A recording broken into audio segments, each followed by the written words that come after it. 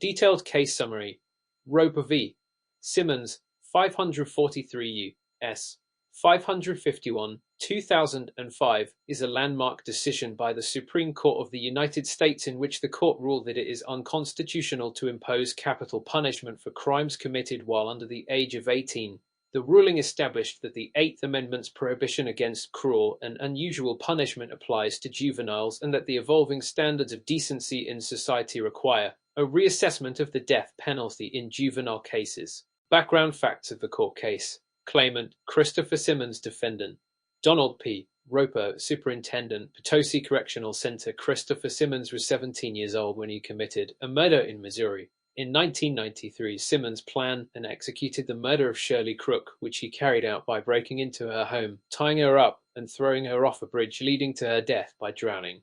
Simmons was arrested and subsequently confessed to the crime. Despite his age, Simmons was tried as an adult and sentenced to death in 1993. Argument in this court case. The main argument in Roper v.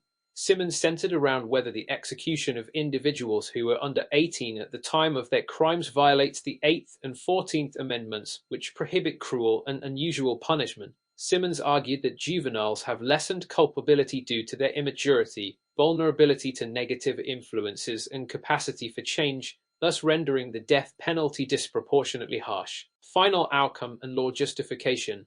Final outcome.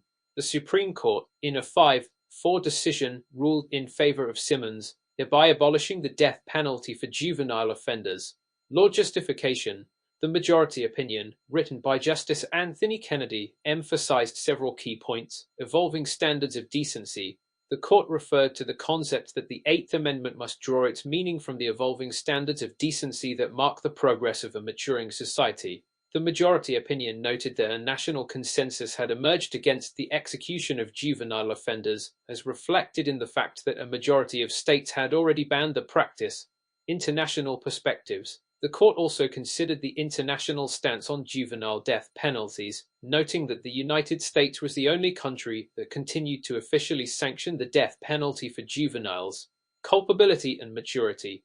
Juveniles, due to their lack of maturity and underdeveloped sense of responsibility, are considered less culpable than adults. This diminished culpability means that the harshest punishments, such as the death penalty, are less justifiable for juveniles.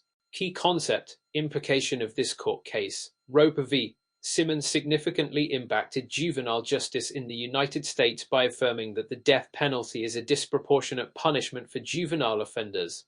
It reinforced the notion that the justice system must account for the developmental differences between juveniles and adults. Key learnings. The Eighth Amendment's prohibition against cruel and unusual punishment is dynamic and reflects the evolving standards of decency.